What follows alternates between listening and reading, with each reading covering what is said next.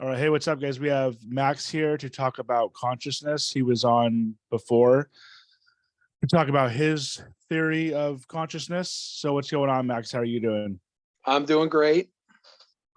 So, once again, your theory is called philosophy of reason, right? Philosophy of P reason is POR, yeah.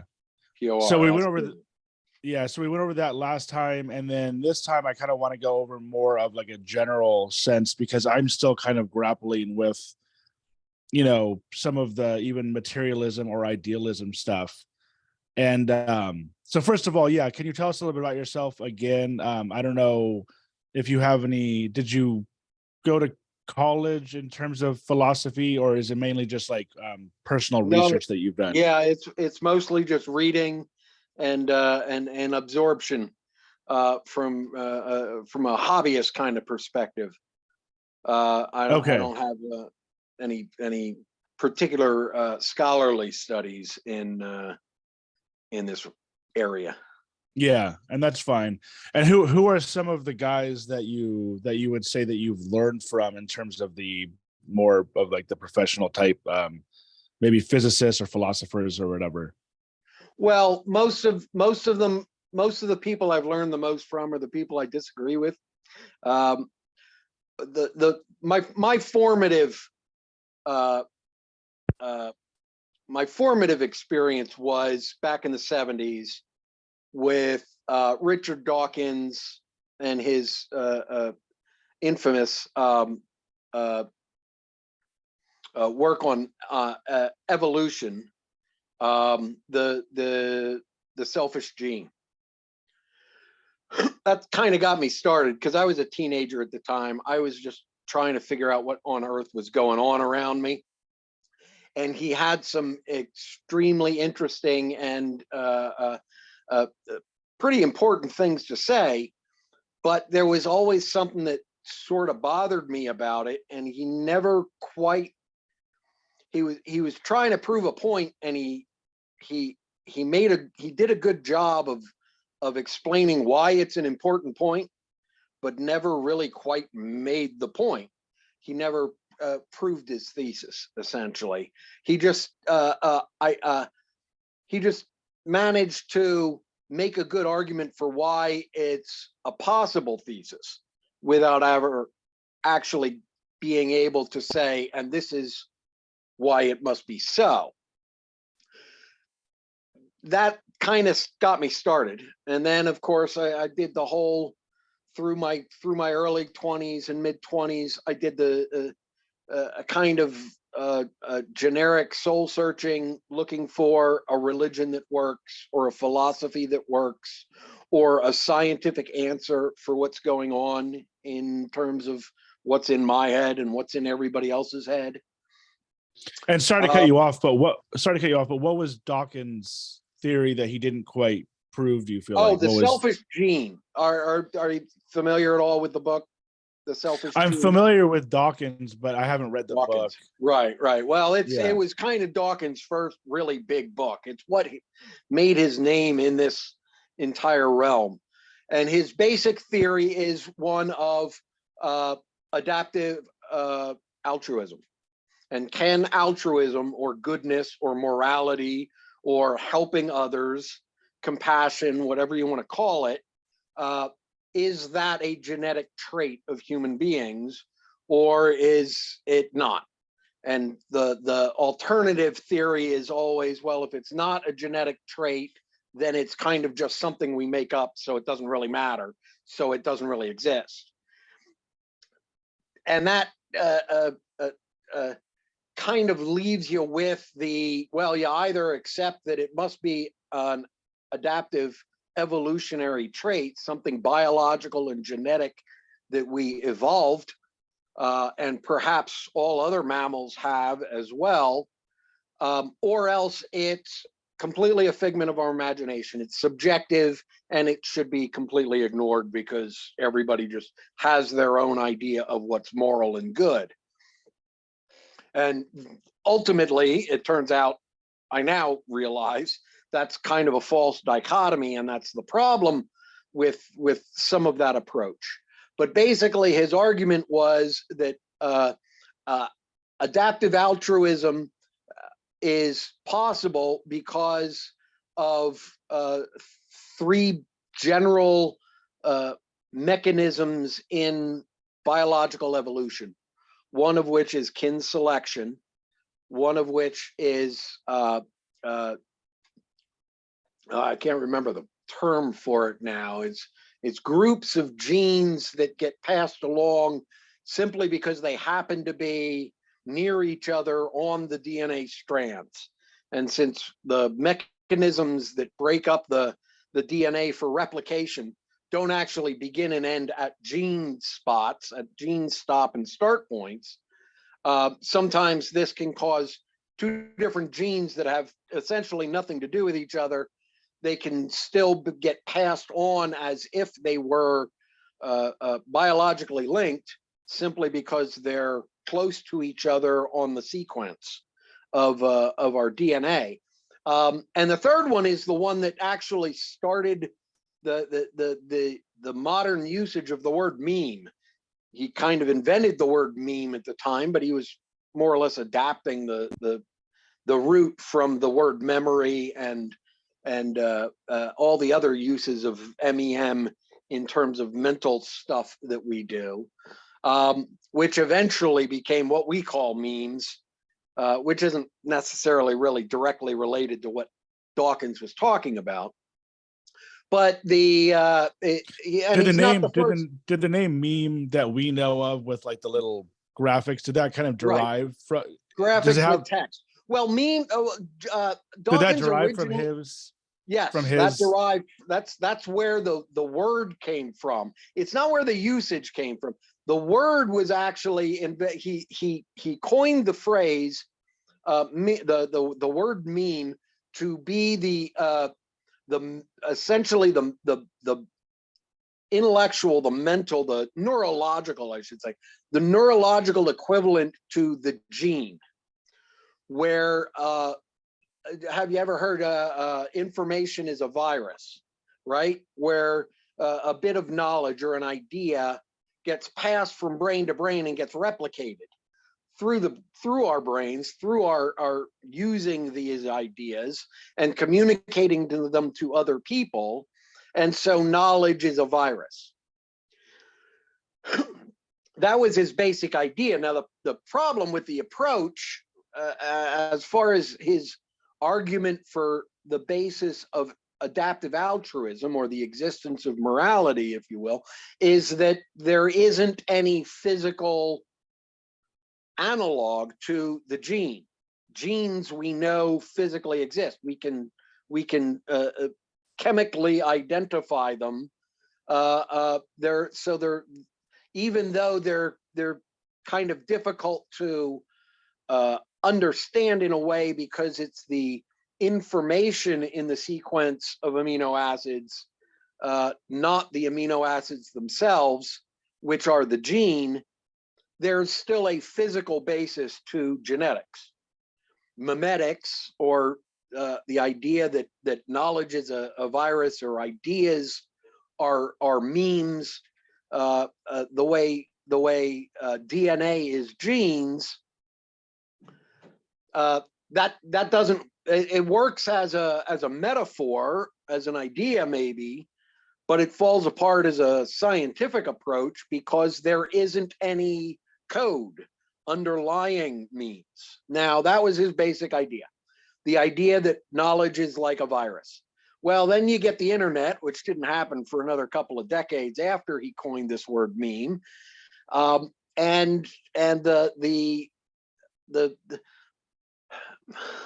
profundity of the idea of viral communications became more obvious to everybody.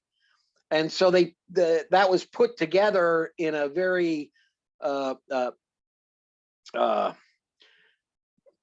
well, just a day-to-day kind of way, not on purpose by any particular person, but that got put together with his use of the word meme. And that's how we came up with calling pictures with text on them that have a viral intellectual point, calling those memes. So he wasn't intentionally identifying that kind of thing, and he certainly didn't have anything specific in mind about, pictures with text on them, graphics with text, and internet memes. But that is why we call them memes, is because of Richard Dawkins and his book, The Selfish Gene. But what part do you feel like he didn't prove with well, there's also, not to get off on this tangent, but there's also mean or mene, right? MENE, which is like, isn't mene like the it's like the I want to say it's like the first like the first cell or whatever. Have you heard the term mene before? Or? No, I'm not familiar with that. If you're able to look it up, I might have to look it up. Because, I'll have to look into that. So in terms of what he said though about adaptive altruism. And so why I didn't think he really made his point. Yeah, and I also do kind of want to get into evolutionary psychology, evolutionary biology too. And do you know anything about? It sounds like you know about that, right? Yeah. So, yeah. All right, I'll have to look up the word mean. I'm not finding what I thought it was, but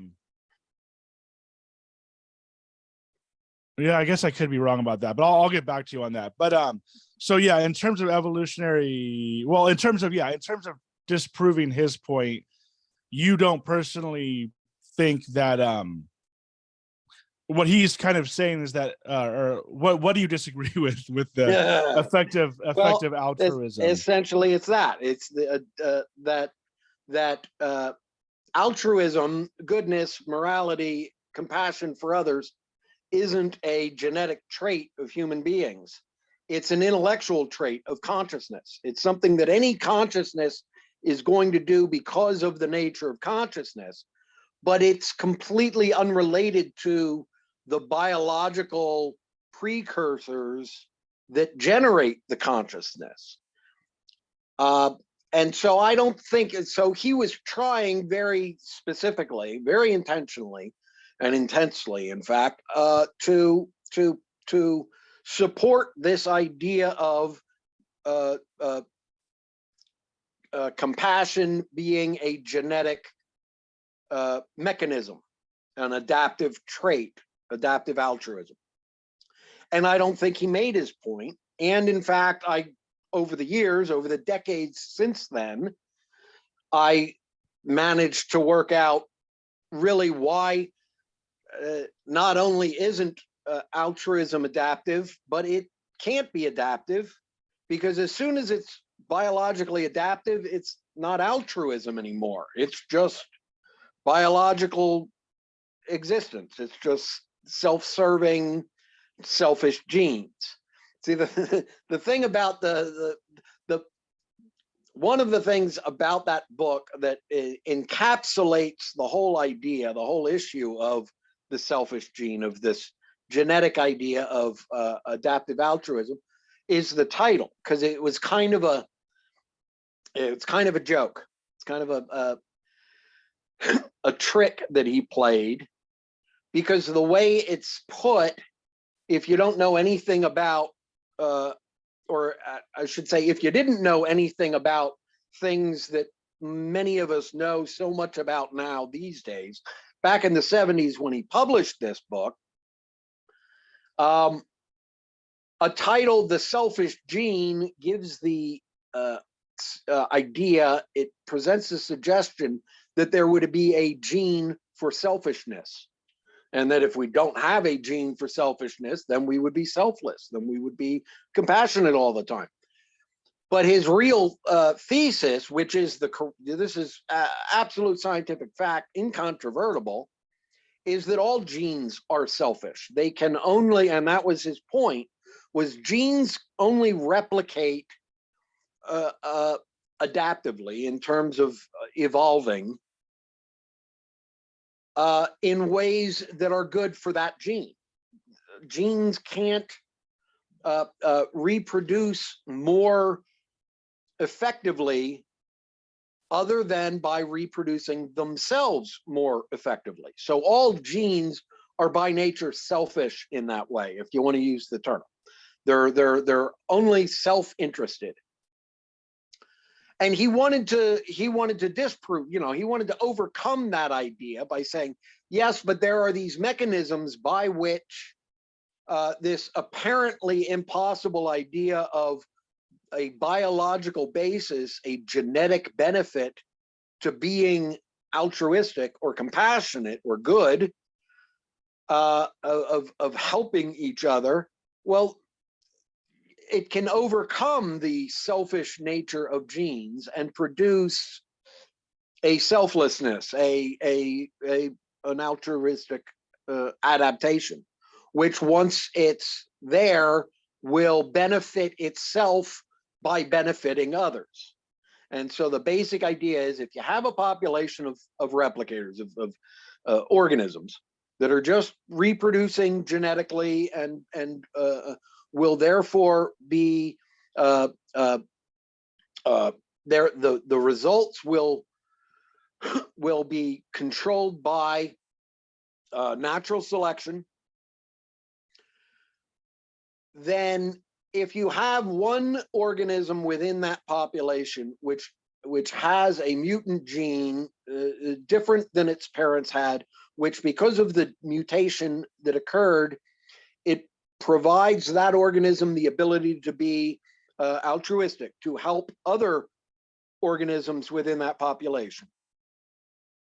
The idea of adaptive altruism is by helping others within that population, since it exists within that population, it would therefore be of benefit to itself. This is called a doctor gene, right? Because you have a population that's all got that. All of the organisms have this gene called the warrior gene. They fight. They conquer other environments and other creatures outside their population, and by doing so, they benefit. But if you have one organism with a mutant warrior gene that turns out to be a doctor gene, so that it can help the warriors by fixing them up when they take damage during the battles that the warriors create, well, that would help the organism with the doctor gene by helping its society. And it gets very difficult to even describe what the problem that comes up is when you do this kind of reasoning, especially when it's me against Richard Dawkins, who is considered to be an extremely intelligent and well-educated man. The problem is that argument simply doesn't work, because the one doctor gene organism is going to help the warrior gene organisms reproduce, but within its population, it has no adaptive advantage.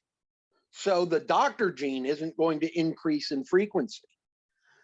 So adaptive altruism is genetically impossible. According to the rules of evolution, of the fact that all genes can only increase in frequency in the gene pool if the trait that they result in increases the frequency of those genes in the gene pool, if it helps itself, if it's a selfish gene. And doctor genes by definition can't be. They have to help other genes reproduce more than the doctor gene itself does, the organism with the doctor gene. So it doesn't really matter how you try and work it out. Altruism cannot be genetically adaptive. It is always going to be a sacrifice for the individual creature, which will make it less reproductively successful within that population, or else whatever that trait is that you're referring to, it's not altruistic. It's not self-sacrificing. It's self-serving. So it all comes down to a kind of epistemological argument of definitions about whether or not you call something adaptive or maladaptive, and the way people the basis that people have for their argumentation these days, once you get into that tar pit, there's no getting out. In fact, I got to admit, I got banned from the R Philosophy subreddit for having just that very same argument. And all I was doing was trying to explain how genetic population studies use the word maladaptive in a way that doesn't make a general sense. It works perfectly fine for the uses they have for it, but it doesn't work in a general sense if it does not identify a self-sacrificing behavior as maladaptive. And why would you get banned just for having like an argument, you know what I mean, like, or a debate, or like obviously it depends on who you ask. According to the people I was debating, it was because I was uncivil, although I am not an uncivil person. From my perspective, it looks for all the world like I got banned for making too good an argument, and by making people very, very uncomfortable about the assumptions that they had based their worldview on, because that's all I was saying was maladaptive. The person who I had been discussing it with kept saying you can't say that altruism is by definition maladaptive. Look at all of these things that where being maladaptive doesn't die out of a population. And he would present these studies, I'm presuming it's a he, they'd present these studies in scholarly work of population genetics, where they would be talking about supposedly maladaptive traits. And in every single case, it was a trait that was adaptive when it evolved and only became maladaptive because of human influence on their environment. So, for instance, a creature for which artificial lights at night is a maladaptive thing, because moths, right, circling around lights, because for millions of years moths evolved where the only bright light in the sky at night was the moon, and so they could use the moon for navigation, and they evolved to do that. But once humans started creating bright artificial lights outdoors at night, moths started circling those lights because their genetic programming told them that was what they're supposed to do, because they think, so to speak, it's the moon. They react as if it's the moon. That prevents them from actually getting where they're trying to go and reproducing. Now it will take. Let me try and summarize everything, because sure. Because a lot of this stuff, overall, I think I get the gist, but I just don't want to. I want to make sure it doesn't go over my head or the listener's head. So first of all, what you're saying, well, what he's saying, and then you're debating would be that everyone is essentially just selfish, basically, right? At our core in evolution, we're just selfish, basically. So there's no way of getting around basically the selfish gene, I guess, is what you're saying, right? No, not really at all. Okay. Yeah. And I'm not sure who the he you were talking about arguing that, whether you're talking about Dawkins or the guy I was talking about. Oh no, on our philosophy. So in Dawkins' book, okay, back to Dawkins. The selfish gene, he was trying to say that basically, we then could go from. No, that's what I'm saying. Yeah. We could go from being a selfish animal, essentially, like a tiger or like a monkey or whatever, to what we are now. Now, my question to you is, and you're kind of disagreeing with him in that, right? Saying that like there's no way for us to evolve in that way because of the genes. The way that the genes evolve is. I'm right. I'm saying can't be a simple biological evolution that occurs and produces that result. But there could be some other kind of answer for it. Like maybe we just got to a point where like we're almost like maybe we got smart enough to be like, okay, maybe we should be like helping each other out as opposed to like just be selfish. Not only that, but there's also dogs, right? Where Well, dogs are kind of, and I know you're feeling on animals, but like dogs are kind of like naturally to their master, they're like they're altruistic or whatever. Like they do what their master wants. They're not just selfish. well, And there's reasons. Dogs are a special case because they didn't evolve that way naturally.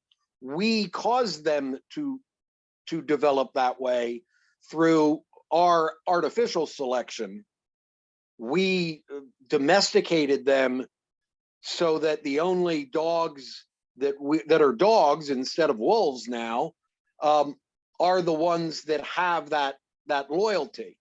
But it isn't necessarily an adaptive trait outside of the human society which breeds dogs.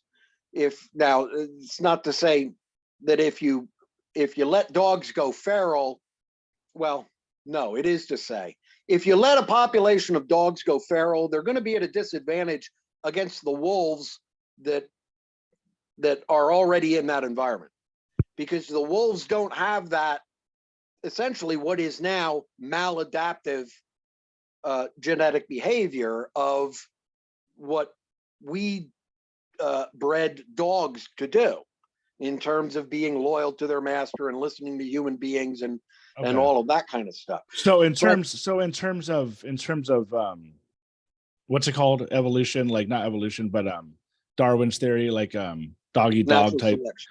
In terms of natural selection, if we just put all these dogs out into the wild, the wolves would just kill them, win, and then the wolves would just essentially the wolves increase. the wolves wouldn't necessarily kill them. They just wouldn't be able to outcompete the wolves for resources. Well, that's kind of what I mean. The wolves would win out. It's a subtle difference, but it's important when trying to work through the biology of genetic evolution. You have to try and avoid that oversimplification of the Darwin Award kind of thing, where it's as simple as the creatures that don't do this get killed. Well, no, they just don't reproduce as much as the creatures that do that. And that is why, backing it up again to the whole Dr. Gene thing, that's why adaptive altruism isn't really possible in genetic terms, because whatever singular organism gets that ability to be compassionate towards others in its population as a mutation in its gene, in its DNA, whichever creature gets that, if it actually works like that, it benefits the creatures that don't have it. And so it doesn't actually make it more likely that gene is going to be reproduced. In fact, it makes it more likely that the other genes, the other alleles, alternatives to that gene, are the ones who are going to reproduce. So what would be your theory then, as to how we got? Well, it's like you said. I mean, you put it in a way I quibble with, because we got smart enough. Well, it isn't really smart, but then again, I don't want to bother with that, because I don't know what the word smart is supposed to mean, other than whatever we think it means when we use it. Well, to a certain extent, I think we may, or somebody else and I have talked about this before.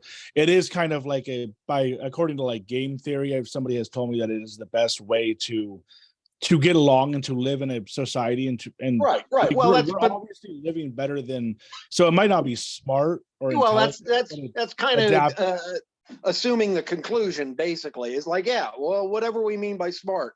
Yeah, I get it. There's value to being smart, and we define smart as whatever is valuable. but what you said was essentially correct. We became conscious. We didn't evolve a genetic trait of compassion. What we did was evolved a genetic trait of consciousness, and consciousness automatically intellectually develops compassion. Do you understand that? You see what the difference is? I mean, it's a slight difference. Yeah. So consciousness it's kind important. of consciousness in a way kind of helps us to be like moral, essentially, right? Because Consciousness is the only thing that enables us to be moral. There's no morality outside of consciousness. Now, that isn't the same thing as saying morality doesn't exist, as a physical dimension of the universe, although it's close. Morality is is really just a shorthand for reasoning that we go through because we are conscious, which is, basically just the ability to reason. Every kid figures out on their own that being unfair is bad because they hate it when people are unfair to them.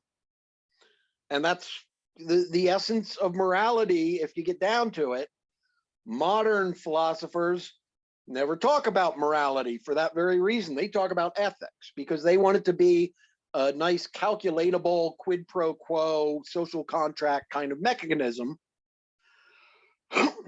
But it's just a little bit, tiny bit more than that. It's really what everybody has always talked about morality being about. It's what Socrates was trying to talk about when they discussed virtue, and it's what Christians are talking about when they're talking about being saved by the Lord. In the end, the Buddhists and their koans and their navel gazing, it all comes down to the same thing, and it's both consciousness itself and morality, because they're really just two sides of the same coin. You can't even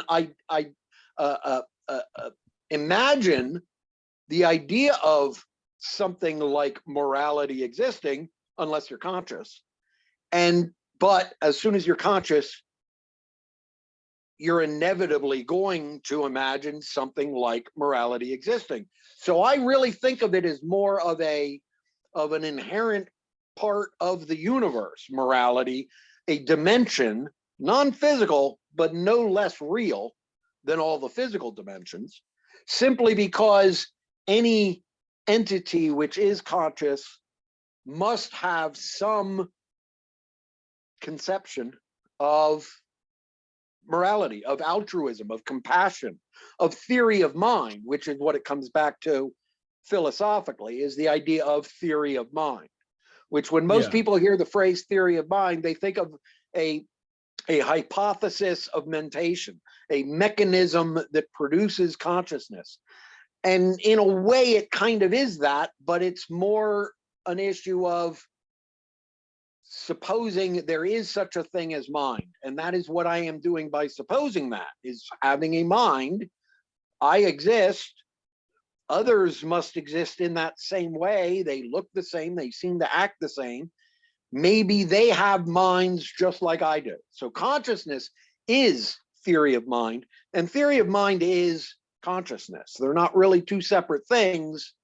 And theory of mind doesn't refer to a scientific hypothesis of how cognition causes experiences. Yeah. So in terms of, religion versus evolution, do you feel like religion has played a part in, because I've talked to some people who feel like the Bible and religion and Christianity is the reason why we are moral as opposed to evolution. Do you feel like that's true, or?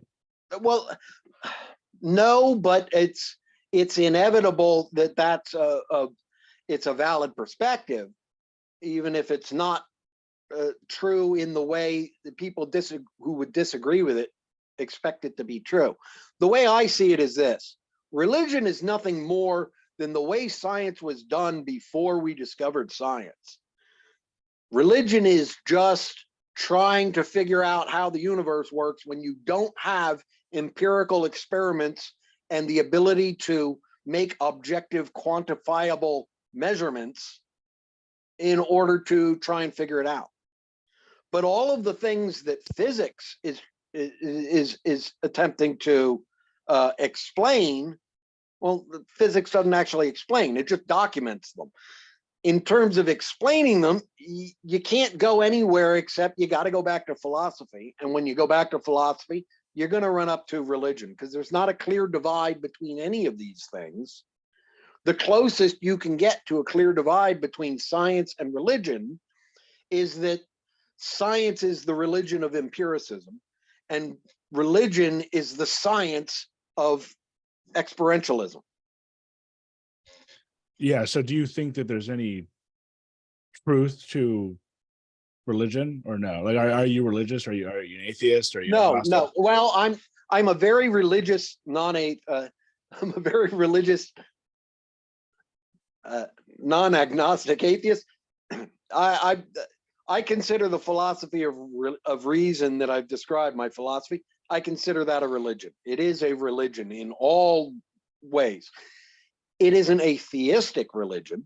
And if you consider all religion, basically, if you're thinking of religion as theism, the idea, the belief in God, then you're off track. I'm not my atheism is a kind of hyper intense intellectual atheism, wherein I recognize that God cannot possibly exist, and that doesn't prevent God from existing if it does. There may well be a God. There is a God. We just don't really know what it is. It isn't necessarily, it isn't certainly what most conventional Orthodox religious scriptural religion people would think of as God. It isn't a conscious universe-wide entity that has consciousness, and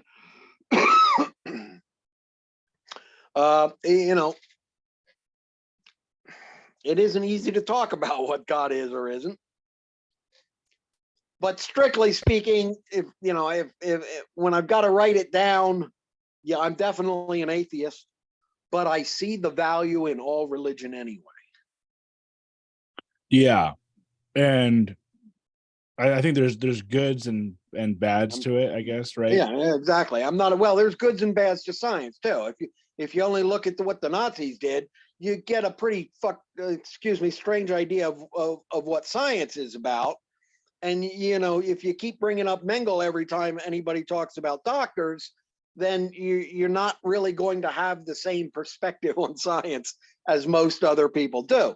Does that mean your ideas are wrong or right? Well, that's an argument I'm not willing to get into, because it assumes the conclusion. You're just trying to justify your own beliefs rather than discover what is actually true. And what is actually true is there isn't anything inherently wrong in religion. There is inherently something good in religion, but that doesn't mean all religion is equally good. I'm a very religious atheist, but that doesn't make me an anti-theist. I'm not against believing in God because it's an affront to my intellectual ability to logic. But that's the basis of my philosophy of reason. That's where it came from to begin with. It's why I went from reading Richard Dawkins' Selfish Gene to trying to figure out which religion can provide me some emotional comfort, to none of the above. And did you ever get into any religions that did help for the time being? Or well, like, I what was raised as a religions? Roman Catholic. I went to 12 years of parochial school. So Yeah. I'm very that's where I started from. I departed from the standard Catholicism view of religion, and essentially fundamentalism, the belief that my religion is the right one and everyone else's is the wrong one. And now I'm at the point past my whole anti-religious atheism phase that most other people who are atheists today are still stuck in. I'm at a point where I say that I am not anti-religious. I am very pro-religious, but I am not necessarily pro-theism, because the theistic perspective that most people have is very egocentric in a way, because they have to believe, they have to think of God as basically a person, a magical person, but a person like they are, who thinks and feels and experiences the process of time, none of which the scholarly philosophers of religion have to bother with. And so they think that's an out. So they can just say, well, but that's just the prosaic idea of God. In our serious scholarly philosophy of religion, we don't bother with junk like that. We understand, and it ends up the same place. They're just as lost as anybody who's looking to Richard Dawkins to be the savior of mankind, and explain to them where altruism and morality comes from. Well, for one, so what would you said that your philosophy is a religion. What would you define as a religion? Is it just something with like dogmas, or like principles? Religion to or... me, well, if I have to define it, and I'm not a big fan of definitions, I prefer meaning, and I don't want to. It could be a 7-hour podcast just on what I see as the difference between definition and meaning. But anyway, not to quibble, the way I would describe what religion is whatever you use to derive your morality from, how you explain it, how you justify it, and what causes it. That's religion. It doesn't matter whether or not you put in any scientific pretense in there, or any scriptural pretense in there, or any metaphysical Buddhist kind of karma mechanisms in there. It's all still doing the same thing, which is explaining what morality is and where it comes from. So would you consider atheism a religion then, or no? Because it doesn't not really by itself, not just atheism itself, I wouldn't call a religion, but I do believe everyone has religion, and those and militant atheists often treat atheism as a religion. Yes. And even though they may or may not get their morality from atheism, right? They probably don't get any really morality from it. Well, that's the problem. That's the problem, is they often do. I mean, there's no way to know where they get their morality if they are militant atheists. At best, they're going to insist that morality is just whatever I say morality is, which is kind of the opposite of morality from my perspective. But then again, who's to say? I'm not God. I can't decree what is or is not moral. I can only tell you how I see it. I can explain my religion. They can explain theirs. If part of explaining their religion is insisting it isn't a religion, then, well, that's part of their religion too, then, I guess, is that act of self-denial, that insistence on being contrary, because many people treat atheism as their religion, although atheism itself I wouldn't call a religion. But it ends up being just so in terms of religion, do you feel like the main reason why we have it is to kind of, like you said, to basically comfort yourself, kind of like the opiate for the masses or whatever, kind of like, well, that's most of the reason we still have it. That's most of the reason we still have it, is that science gives us absolutely no emotional comfort at all.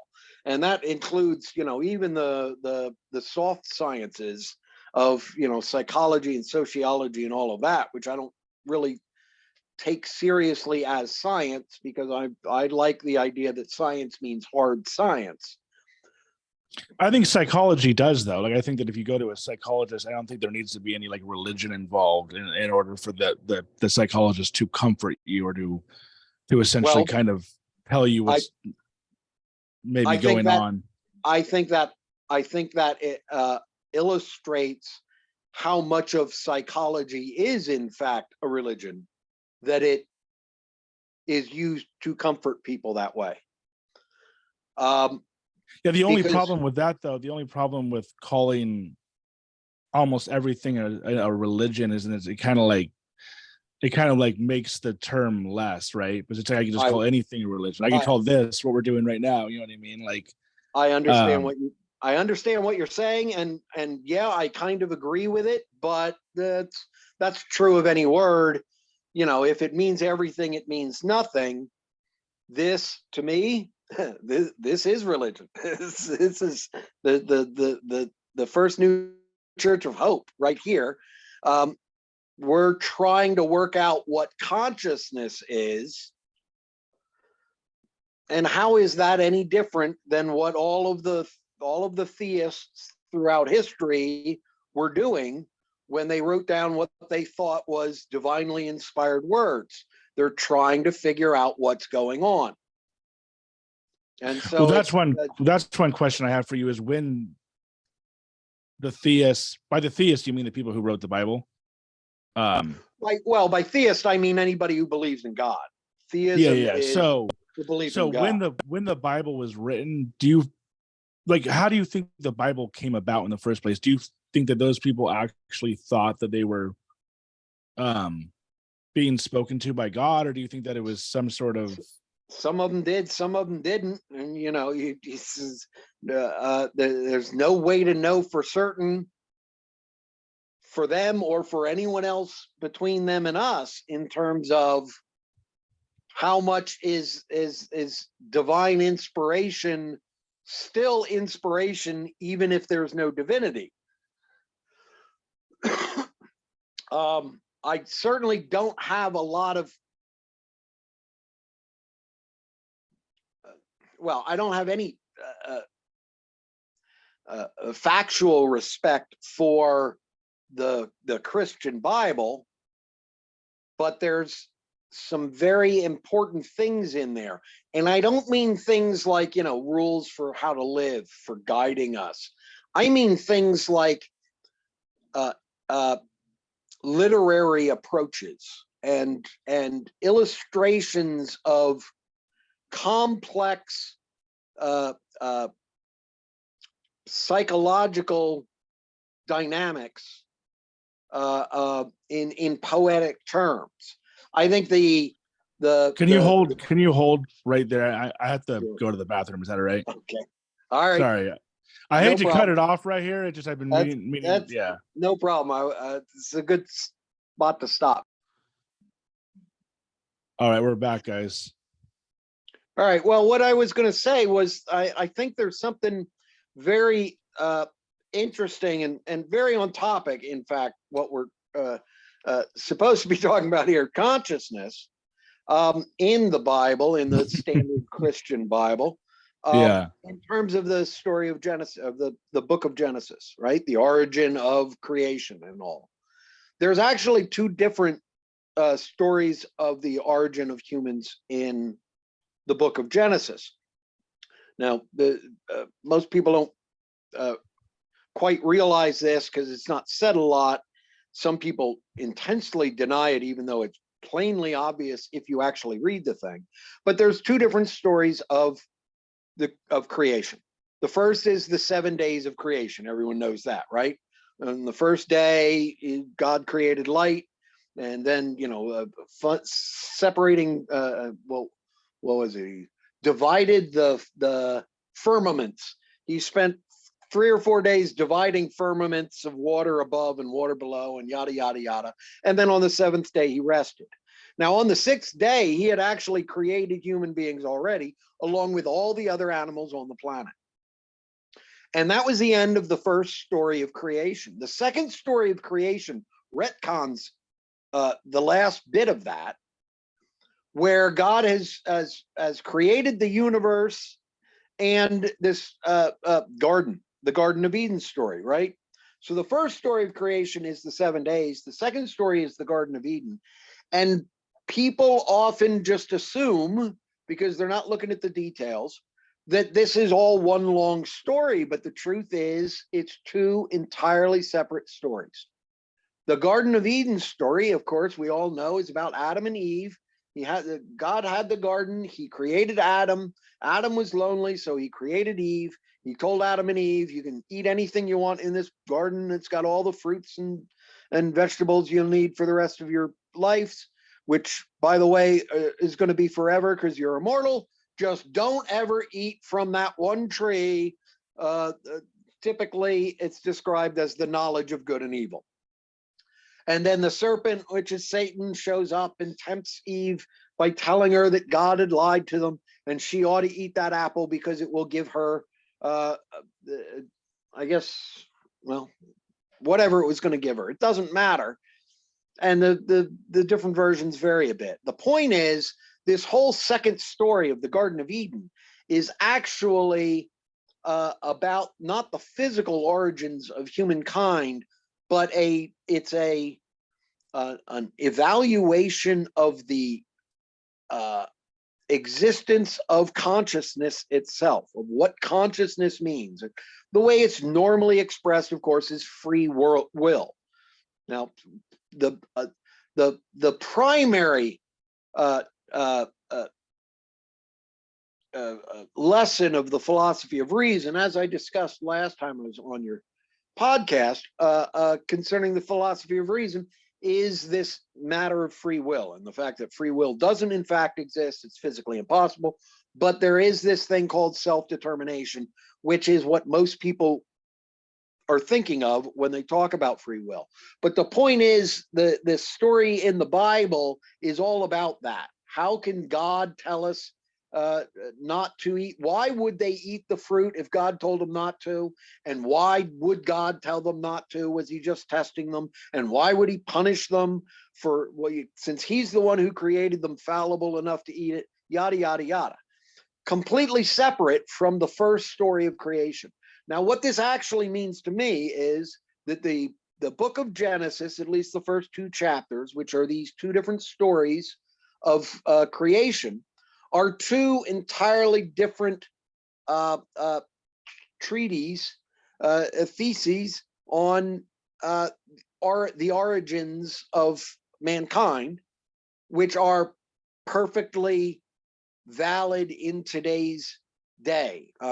Both the first one is the scientific approach.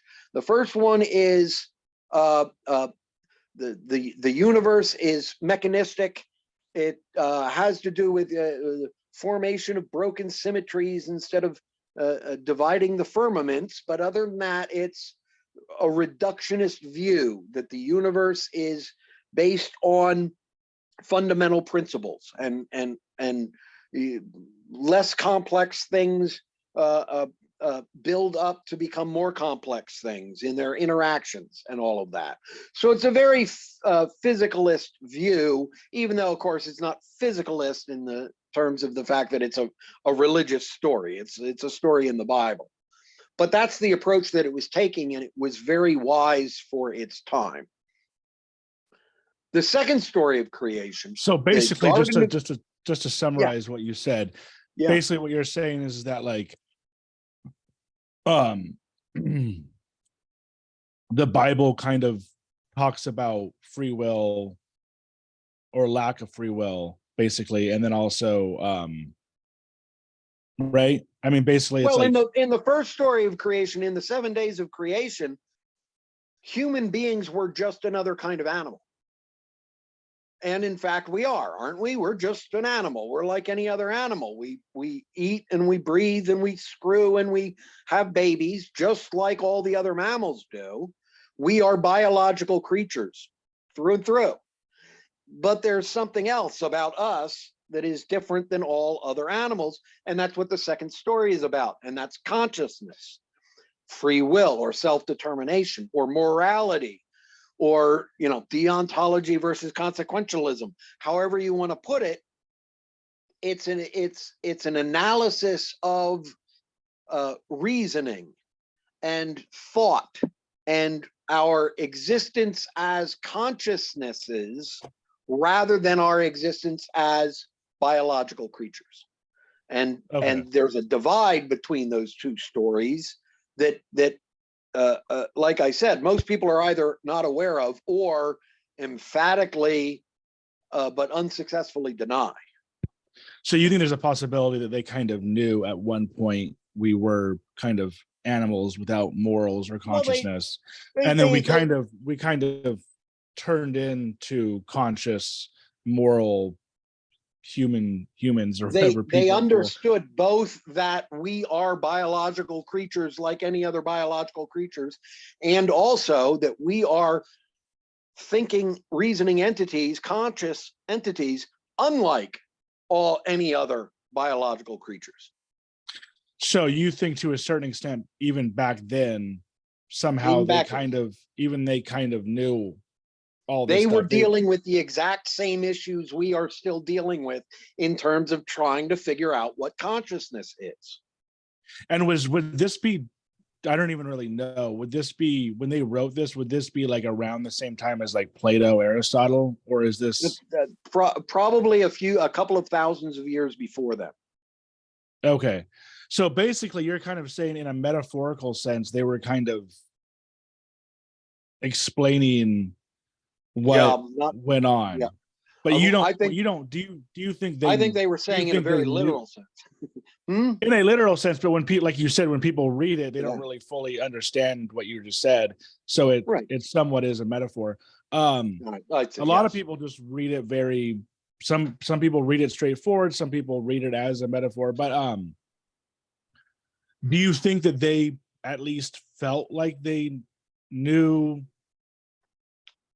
what it, like when they were writing it? Do you think that they were writing it like as fact, as nonfiction, or do you think they were writing it as fiction?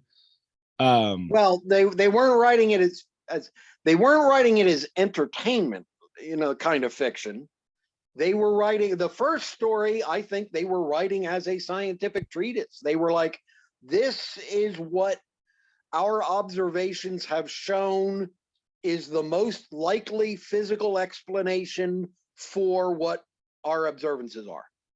Straightforward. They had no empiricism. They had no, they did not have our science, but it was nevertheless science. The second story, the Garden of Eden, is more of a philosophical parable in terms of trying to explain the paradox of consciousness and its relationship to morality. Now, of course, at the time, they did presume, those people who were writing it, I presume, and it wasn't like a single coherent group of people or even single person. This was generations and centuries of different people working over the same base material to put it in the form that we now see millennia later. And that same process occurred throughout the Middle Ages and even in the most recent centuries in terms of massaging the text of the Bible into the form we see it in today. So there's no unerring nature of divine inspiration in there, but nevertheless, it's what they were trying to do, was trying to explore and explain and evaluate what consciousness is and what morality is. And yes, they did probably start with a premise that there was a creator being. Everybody did until Charles Darwin figured out that it's at all possible that anything else could be the explanation. Even Descartes was a religious man. He believed very fully that there has to be a God. or else nothing could possibly exist, or at least make sense. So What in about Plato? in What about Plato and Aristotle? Did they believe in God? Probably not, right? well, that would that's the whole oh gee that's the whole a moral to the story, if you think there is a moral to the story. That's the whole point of Socrates' arc in Plato's writing, was his atheism, or rather his agnosticism. Is he refused to accept that the gods that the Greeks of Athens believed in were necessarily true. He didn't insist that they weren't true. He just said, yeah, but it's possible there are no such gods. I'm not saying there's no such thing as gods. I can't say for sure that no gods exist, but I will not say that I know for a fact that those particular gods of our city exist, because I don't have any direct information, direct knowledge that they do. And they, executed him for it, because that was heresy. I was not familiar with the end of the of Socrates. No. So that would be one bad to religion, right? Is that they literally executed people for not being religious. That's the standard telling of Socrates' literary arc of Socrates, is that he was an atheist martyr, that he died for the cause of pure reasoning. I don't think it's really that simple, but it's close enough. I'm not going to argue it with you. So just the fact that he questioned God. Well, really it's not just the fact that he questioned God. It's that he insisted on questioning God. It's not that he was simply being curious. He was being essentially he was being a troll. He was he was doing what they accused him of doing, trying to get the youth of Athens to question divine authority. He was threatening to unleash chaos on their society by insisting that there was no intellectual basis for their social compact, essentially, because that's what belief in civic gods was at the time in that society. And then do you think this is kind of like the reason why? Do you know who Jordan Peterson is? I'm familiar with the name. I will remember more clearly once you describe it, I think, but I don't. Yeah, so he's like a very kind of provocative, I guess you could call him, philosopher. He's gotten like really popular within the past couple of years, and I don't think he technically is a Christian, but he teaches the Bible in like YouTube videos, and like he believes that we should believe in the Bible and God, I think, for moral reasons. Do you feel like there's truth to that? Like what you were just saying about Socrates, how he didn't believe there was any like divine kind of. No, I think that's also going the wrong way. I think it's important. So you think that if we give up on God and basically we're going the way of kind of people not believing in religion, you think that like society could actually kind of crumble because there are no divine laws, kind of like it's just everybody has their own that was the whole thing. That was the whole thing with Nietzsche too, how he said God is dead. Exactly. Whatever, right? If everybody accepted that morality has no, to go back to Richard Dawkins, if everybody accepted that morality has no genetic basis, has no adaptive value, is not something that naturally evolved, and that compassion is the way we should be by nature. If nobody sorry to cut you off, but which Dawkins was trying to prove what you said he didn't, right? In that book, he was trying to prove that he was trying to prove that altruism could be an adaptive trait.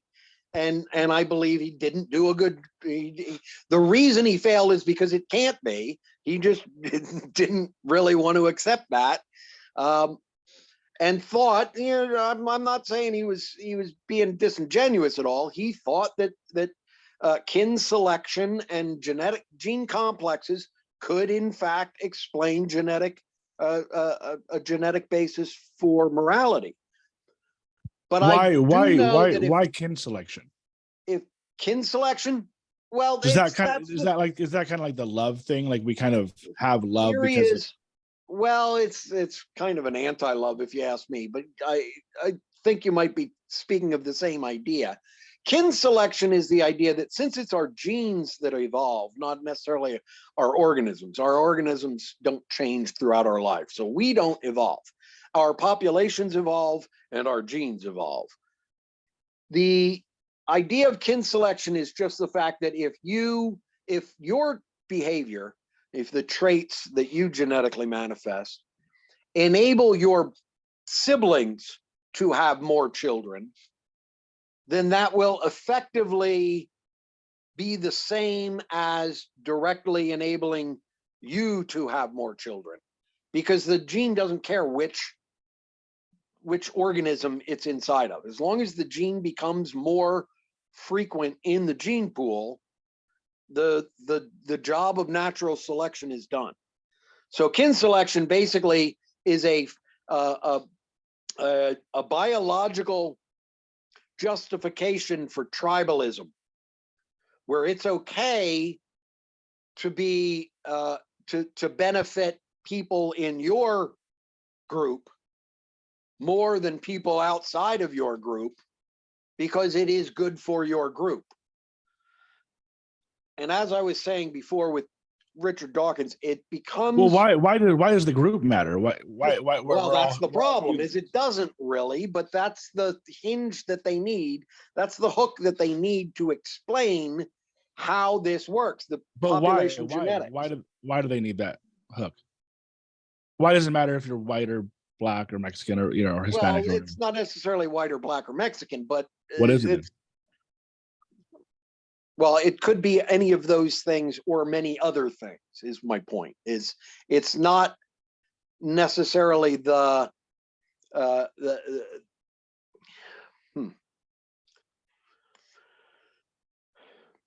well, ultimately this is the problem, is yes, if you take that supposedly scientific view, you end up racist. If whites and blacks are genetically if though? whites and blacks are genetically different, then one of them has to be superior to the other. It's scientific thing. It's logic. It's one of them. But why? I'm not understanding why the race thing or the group or whatever like even plays into this at all. Because of the nature of evolution, because of biology, because evolution is all about population genetics. It's groups of organisms. It's not an individual. It's not one organism can't replicate itself unless it's a bacteria. Organisms of the kind of creature we are need groups to reproduce, in order for them to reproduce. So what evolves are groups or populations of creatures, not individual organisms. And it all depends on what you call a group. You can call humans a group, and you could call only Homo sapiens a group, and other humans, Homo erectus or Neanderthals or whatever, you could consider them outside of that group, or you can consider them inside of that group. All depends on how you define your groups. That's kind of different though, but because if you're talking about the group as like human beings, then there's nothing wrong with, Well, according to some people, there is. It's a very saying that you shouldn't reproduce with like another mammal or whatever. No, speciesism they call it these days, where you say whether or not something is good based on whether it's good for human beings. It's like, well, what about all the other animals? Don't they have as much right as we do to survive and use the play? Don't they have as much other justification for being on the planet kind of thing. It's a matter of what your perspective is. And the problem with all of this isn't that you have to have some sort of category in order to do any kind of logic or reasoning. The problem is when you allow those categories to be fluid for the benefit of your argument. When you use shifting ideas of what a group is. I'm still kind of confused on the whole thing. I don't really see, because it's like, okay, let's just say, okay, so in order for our species to continue, humans, like Homo sapiens or whatever you want to call them, like you can have sex with any, you can reproduce with any group of humans. Yes, that's true. We are a species, a single species. So then why, how does the tribal thing really come into it? Like you were talking about kin selection, and it's well, like, it doesn't, well, because because evolution says so, because the change of what that species is occurs because of population dynamics within groups within that species. Doesn't matter what the group is. Are kind of saying it, that kind of is saying that, not you're saying, but that is saying that like it is better for us to reproduce with our group essentially, as opposed to like going outside of our group. Well, no, it's not really about who you reproduce with. It's who you are after you reproduce, what the group is. Well, that's what I mean. Is that argument kind of stating that it is better to stay within your group to reproduce? Some people certainly think so, and they don't. But I don't think that matters. I don't think that matters. I don't think that matters for evolution, though, does it? It depends on what you mean by matters. It has an impact on the results. Why though? Like, let's just say, like, for sake of making it easy, for sake of making it easier to talk about, let's just say I reproduce with a Black woman. That's not going to make it anything worse in terms of evolution, right? Or a Hispanic. Nothing is ever worse or better in terms of evolution. It just is. That's better. By better, I mean better offspring. It's not adapt. Well, actually, it does produce better offspring, but that's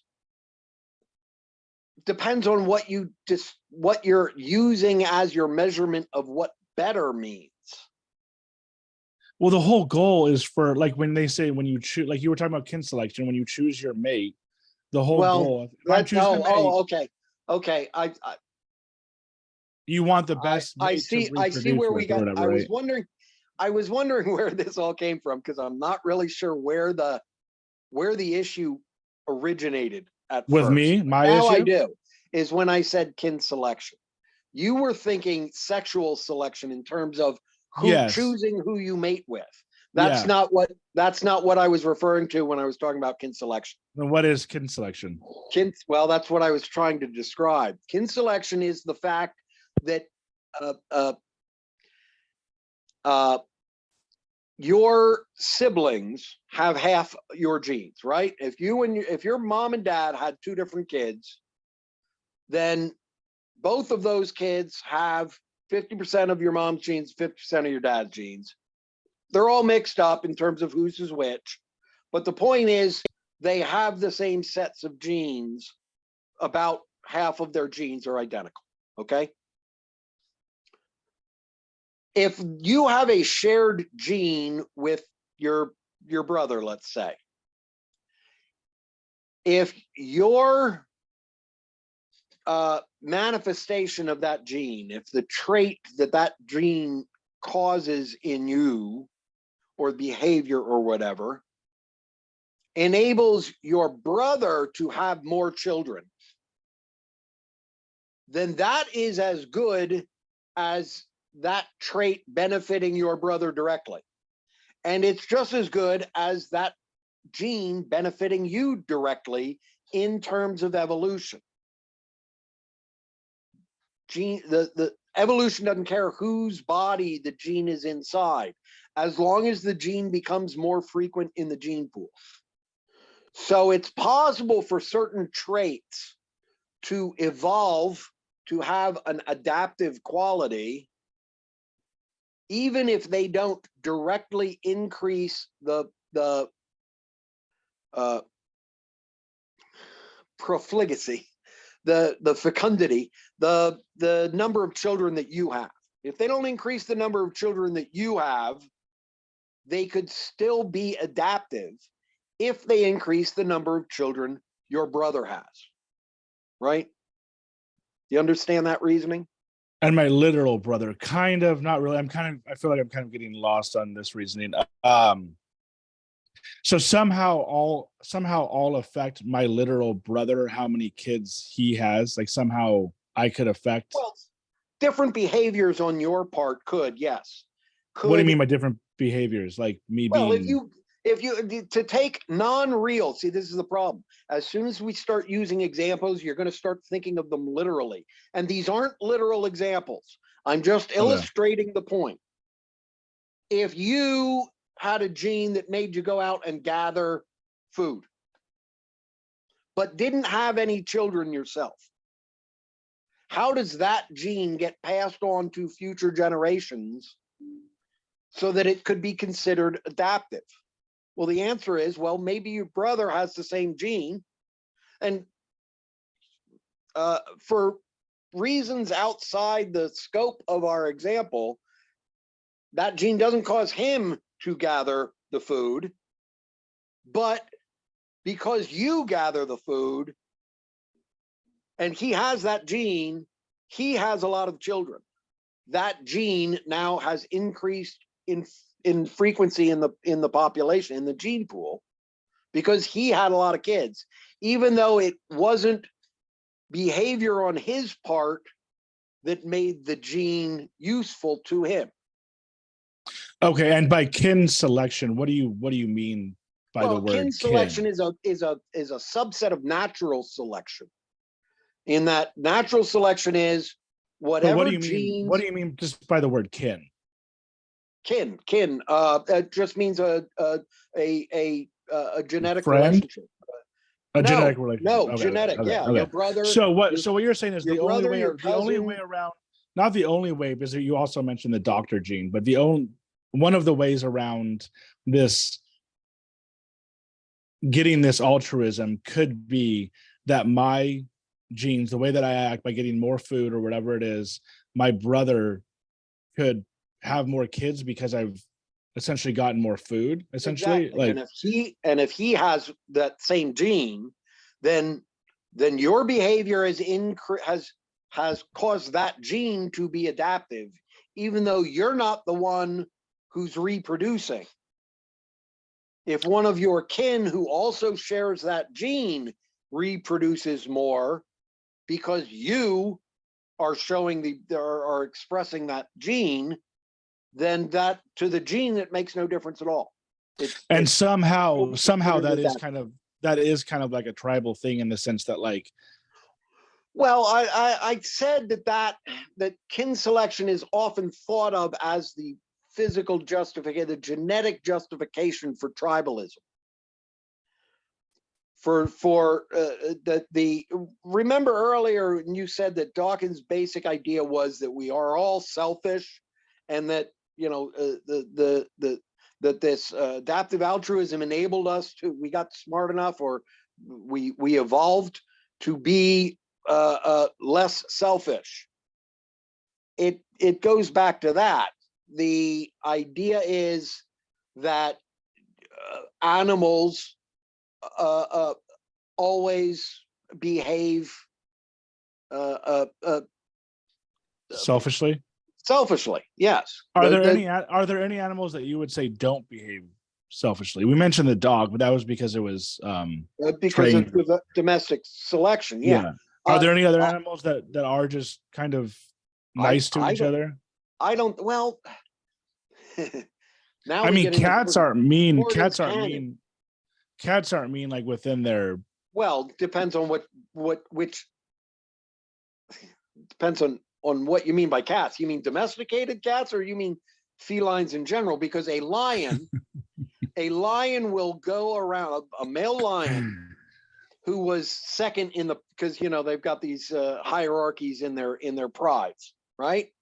There's the head lion, and then there's all of the beta lions, right? The alpha lion and the beta lions. Well, if the alpha lion dies, the beta lion who becomes the new alpha will go around and kill all of the alpha, the previous alpha lion's offspring, literally.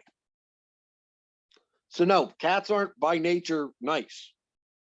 And why do they? Why will they kill the offspring? I've always kind of for wondered. genetic reasons. Well, because it to prevent the previous alpha's genes from competing in the gene pool with their own.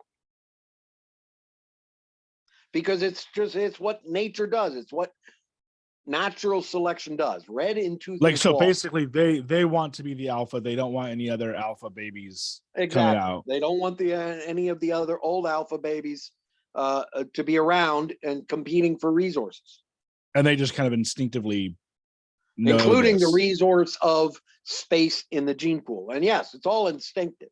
This is kind of what you were asking and kind of what my answer is. All behavior by all animals is entirely instinctive. There is no consciousness in animal behavior. Consciousness only occurs in human beings. Now, this is a very radical at this point idea. It used to be a lot more common, but we're not allowed to think this way anymore, according to some people, because it gets some people very, very, very upset when you just suggest that it's possible that consciousness is something that only humans have. Well, it depends. In my opinion, it depends on what you're talking about consciousness. If you're talking about consciousness as like Obviously deciding your behavior, then I would say I agree with you in terms of not being only instinctual. But and I don't even really want this. I can't really debate you on this. I think it's a hard thing to debate, but like, I do feel like there's a possibility that animals do feel like, you know what I mean? Like, there's something it's like to be an animal. You have to. You feel compelled to, because you are conscious and you have theory of mind. And theory of mind is the ability to project consciousness into other entities. It's really easy with other animals, especially when those other animals are mammals, especially when those other mammals are humanoid or large or have families, as they all do. But we can also do it by projecting consciousness into computers or toasters or cars or or a door that's particularly cantankerous and doesn't want me to leave. That's just a natural part of what consciousness is having this theory of mind and considering it possible automatically that there are other minds beyond our own that exist in the world. Yeah. So, what you were saying earlier, like, why should we think that animals don't have the same, we should treat them the same as we treat ourselves. But if they if they're not, I didn't say anything at all about how we treat them. All I said was they have no consciousness.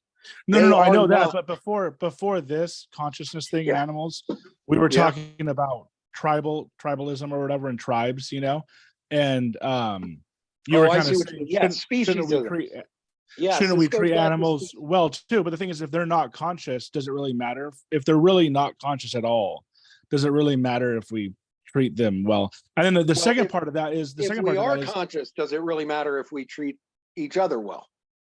What does the word matter mean? What measurement are you using for identifying what is good or bad?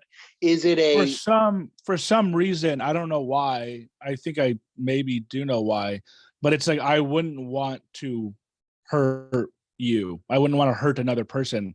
I would feel bad if I did that. You can say, oh, well, that's subjective or whatever, but it's like, I feel like that is like the one basis we have for morality, is like, I just don't want to do bad to another person. I know there's people out there who probably don't care about that, and they're fine with doing bad to No, other no, people. no, you're explaining it well, but then the question becomes, but why do you have a basis for morality?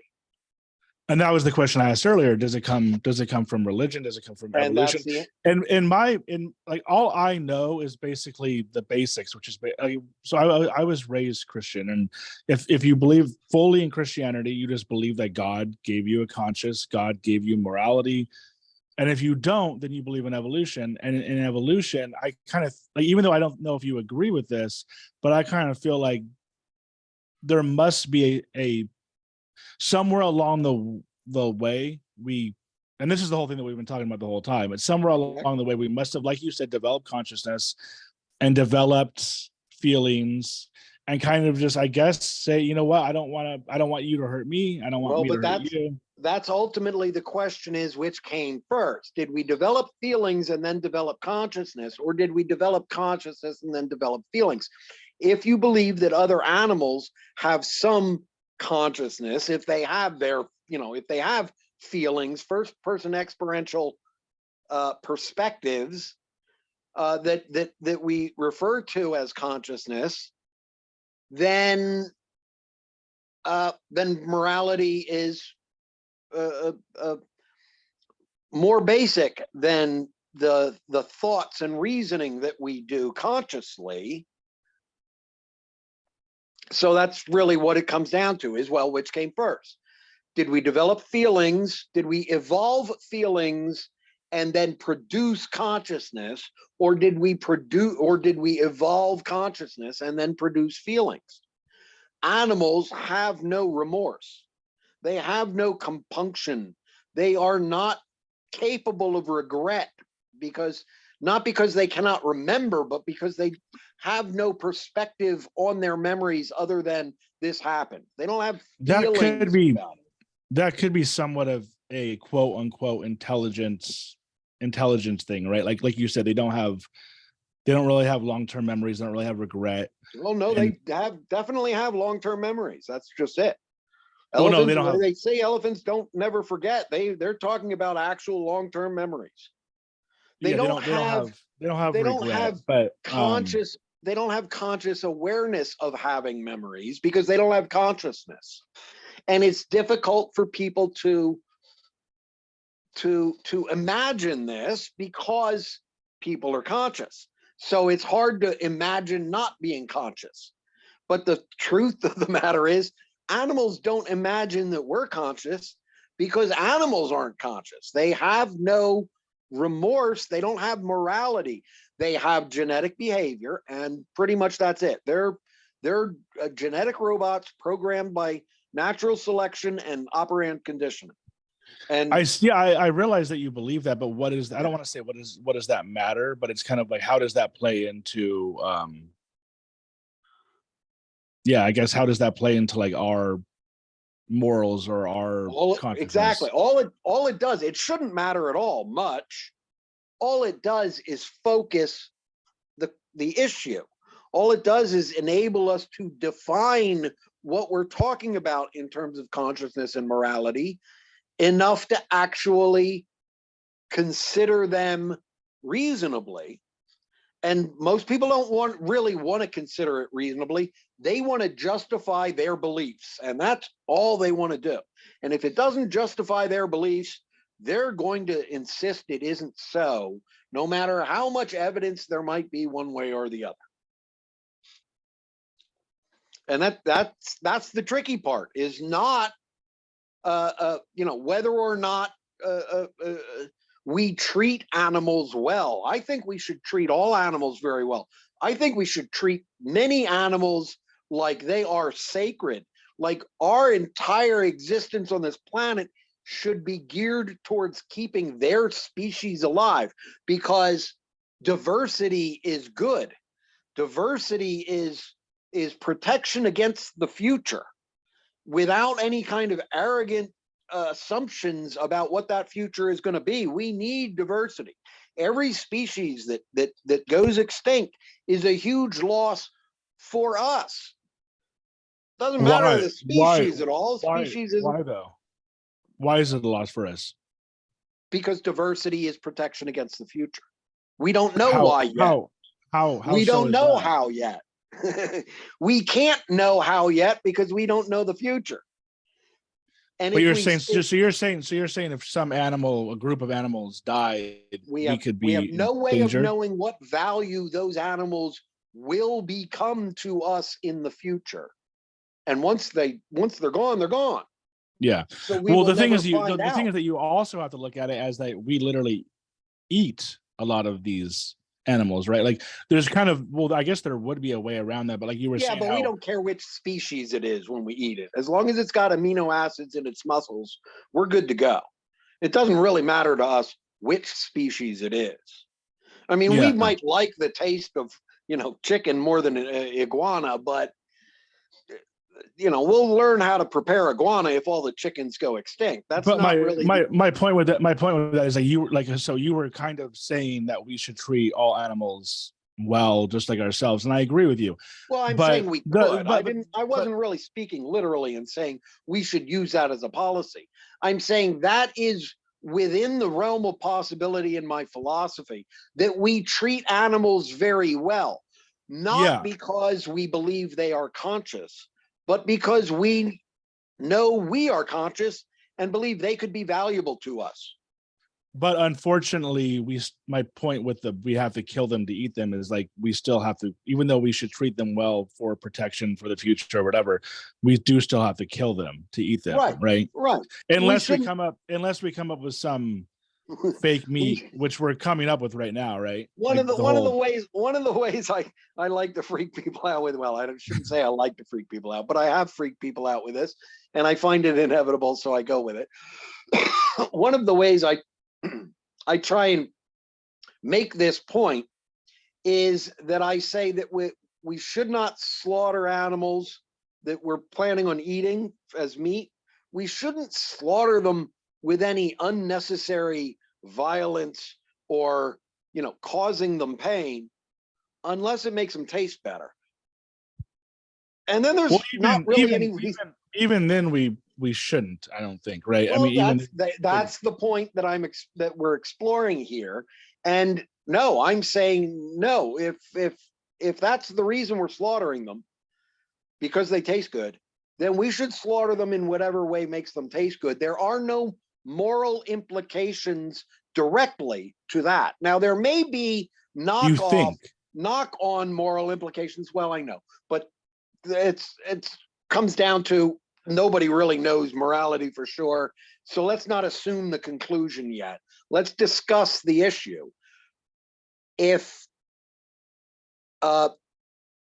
there may be knock on moral repercussions if we slaughter animals gratuitously for food. It will make people behave in a certain way because they get used to the idea of blood and yada yada yada. That's all a possibility that can be explored, but in direct terms there's no moral implications to how we interact with animals, because animals don't have any moral implications to themselves. Animals don't have morality. yeah, so They don't basically you shouldn't treat someone who doesn't have like you shouldn't treat Hitler well because Hitler himself doesn't have, like, if somebody doesn't have moral implications himself, whether it be an animal or a human, you don't have the but you just obligation. you just assumed the conclusion. You just skipped over the entirety of the argument by saying it doesn't matter if it's animal or human. No, that's what the word matter means, is whether or not it's animal or human. If it has consciousness and morality, or if it is simply a biological robot programmed by natural selection and Yeah, well, operand the conditions. problem that I have with that is you believe that they're not conscious, but not everybody does. So it's like, Exactly. but like, okay, so before we get too far, I want to make sure we cover That's the tricky bit.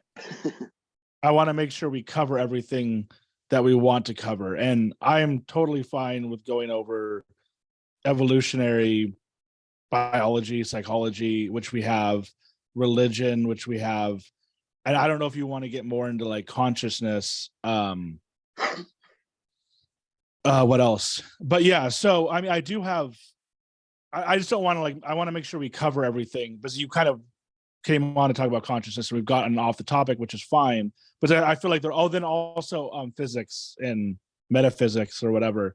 But one last thing regarding this thing is the kin selection.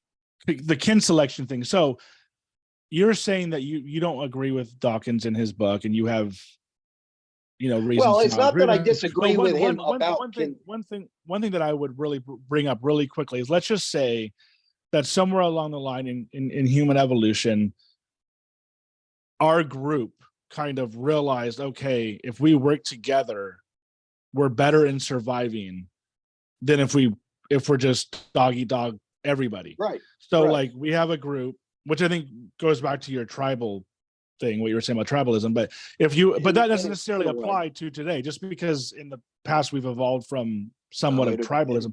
But let's just say our group did better. Somehow we learned to work together. We weren't still in like the gene replicating thing, and it was just purely just selfishness. We're like, okay, we're doing better as a group, and we're surviving longer and everything. Don't you think that's a possibility, that our group will survive longer than maybe other groups? Or does that make sense? Well, yes, I think I understand what you're trying to make sense out of. And my point is, consciousness predates that. That is what consciousness allows us to do. What you've described essentially is morality. Well, and if we all follow these rules, it's better for everybody. So, I mean, when coming to the question of the selfishness issue, that, in my opinion, could answer that question of, then you can ask, well, how did we get to that point where we realized that? But somewhere along the way, and that's where morality comes from. So, with that being said, do you feel like, okay, so we live in America. I think we would both agree that most of our morals in America seem to be quote unquote correct, in the sense that like we're not like so social mores. We're not like what? Social mores as ethics versus morality is the topic that I think you're going to be asking about. Did you say social morals? Mores, mores, M-O-R-E-S. It means morals, yeah. Basically, okay. It means the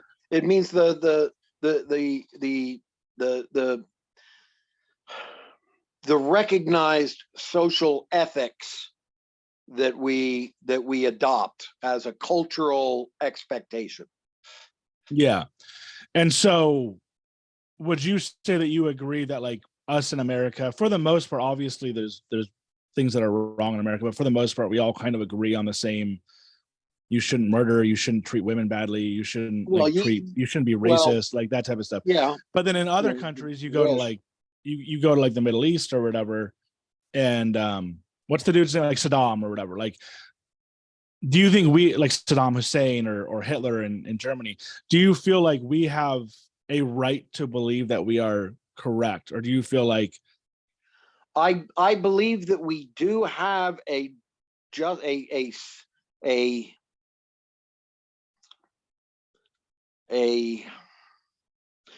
cultural justification for perceiving our approach to morality as objectively superior to some other cultures for real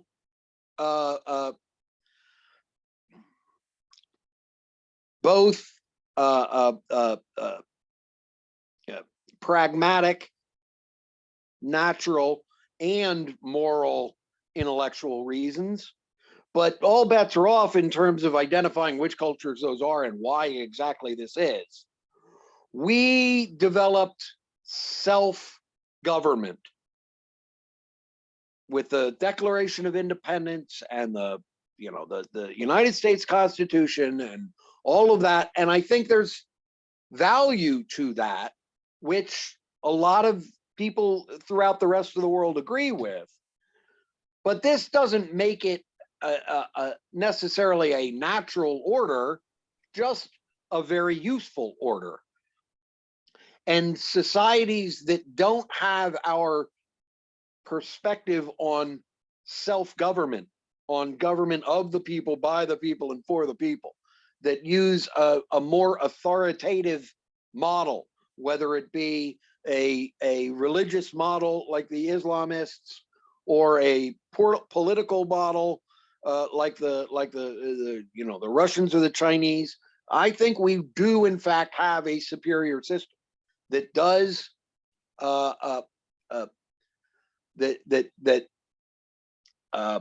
encourages, well, diversity and freedom, and these are good things. So I'm not going to say that you can pronounce judgment on the morality of America as objectively good, but we're trying at least. When you say you shouldn't kill people, well, most people throughout the world will agree you shouldn't kill people. The question always comes down to which exceptions you allow, and because everybody allows some exceptions, even if it's only self-defense. And then you said, you should treat women well and treat and shouldn't be racist. Well, those aren't necessarily as automatic and fixed in terms of being ideals that Americans strive for as a group, as a whole. That as we used to think back when I was a kid in the 70s, right after the civil rights revolution. So back then, are you saying that you mean people were more racist back then? Is that what you're saying in this? No, although they were, but there's been an arc throughout my life that started pretty much at the moment I was born, almost in 1963 with the passing of the Civil Rights Act, where racism and other forms of bigotry became very unfashionable and unacceptable.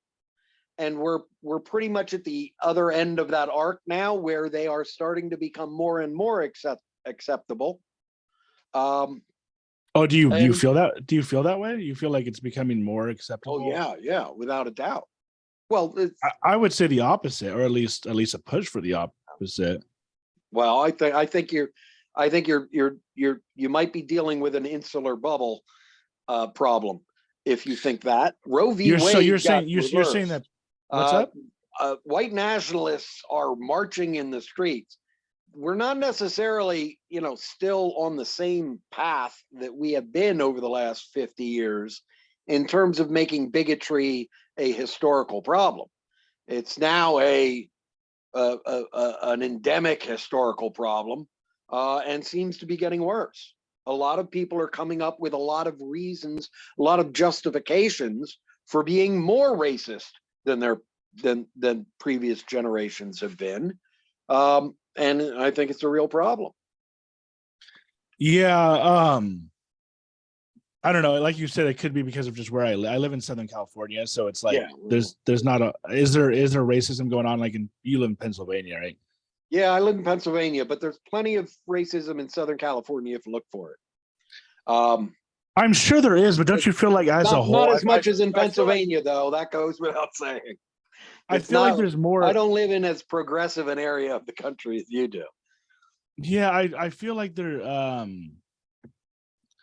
I don't know. Even as a whole, I feel like people are kind of like waking up. I think mostly because of the internet, and even though there's, I feel like there is, maybe you can say, more polarization. So the extreme kind of. Right. Well, that's where the polarization is coming from, is pushback against that wokeism. People are waking up. Well, Yeah, and a lot of people are not reacting well to people becoming woke, and they're not necessarily going to stop that the way throughout my life people had always assumed they were going to. Throughout my from when I was young until very recently, and very near the end of the 20th century, heck, even after this beginning of the 21st century, when most people were frankly in denial about what was going on, and I wasn't. I was quite well aware of it. The arc of history has been bending less towards justice than we assumed that it was going to. Everybody thought that the racists would just die out, right? They get old, they die, and then we'll go on and be a progressive, a forward-thinking, kumbaya kind of state. Now, I'm not necessarily saying that there's no. I'm not necessarily saying that there's any value to being regressive or bigoted, because there isn't. But nevertheless, there are bad arguments against those things. And sometimes it is true, there are certain people with the best of intentions who make those bad arguments and demand to be justified in making those bad arguments. And that actually makes the situation worse. So we're getting into politics, and it starts getting even much more complicated than evolutionary psychology. Yeah. So in terms of well, first of all, do you think, I don't want to get back into politics, but like, do you think that a lot of this has to do with kind of like just Trump, but not even necessarily, I'm not even going to necessarily say that Trump's a racist, but him just being so polarizing that he kind of was Trump's like either. Racist. Trump's a big old racist. You think so? No, Trump was the manifestation of it. Trump is when it became obvious. Trump is the whitehead, but the actual That's kind of what I pimple, mean. He kind of brought it out. The pimple is underneath the skin and has been festering for many years. And again, I could go on about politics as long as I could go on about philosophy. Yeah. It's not a subject I'm unfamiliar with, and I've worked out a lot of what's going on to my own satisfaction. I wouldn't mind, presenting that for other people's satisfaction as well, but that's not really the topic we were looking to explore. Well, whatever direction you want to go in, as far as right now, whether we go like just directly into consciousness or even metaphysics type stuff, or go back to the evolutionary. Would it be evolutionary psychology, biology? I mean, both. Like evolutionary psychology is a very specific well, I don't even want to call it a school. It's not that well constructed, but it's a particular approach to human behavior, which is kind of anti-consciousness. It's sort of the opposite of consciousness. Consciousness becomes completely irrelevant, just a meaningless word, when you start looking at things from an evolutionary psychology point of view, because you make the assumption that any behavior that humans present, that we manifest, is just an expression of genetic adaptation, and the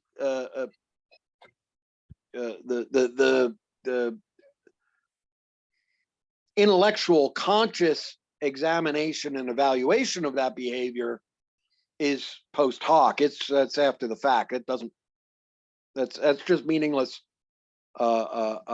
excuses we make, and that's kind of the part of the problem of evolutionary psychology. I'm not a fan of evolutionary psychology itself, but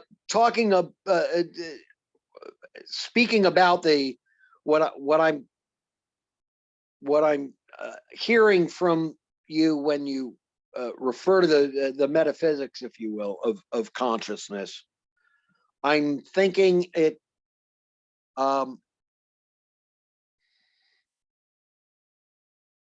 it kind of assumes that we haven't already been talking about nothing but consciousness this whole time. To me, this is all the same subject, because there isn't really a very exacting physical mechanism that we say that we can find that is consciousness. The way we can, for instance, find one and say that's cognizance, or that's language, or that's pain. Consciousness is whatever it is you're thinking of when you use the word consciousness, and consciousness is the ability to do that, to just think of the word consciousness as having a meaning. Only a conscious entity can do that. So it becomes very self-referential and regressive. I don't think there is any metaphysics of consciousness itself. There isn't a mechanism of consciousness. There's a result. It's just what happens when you have self-determination.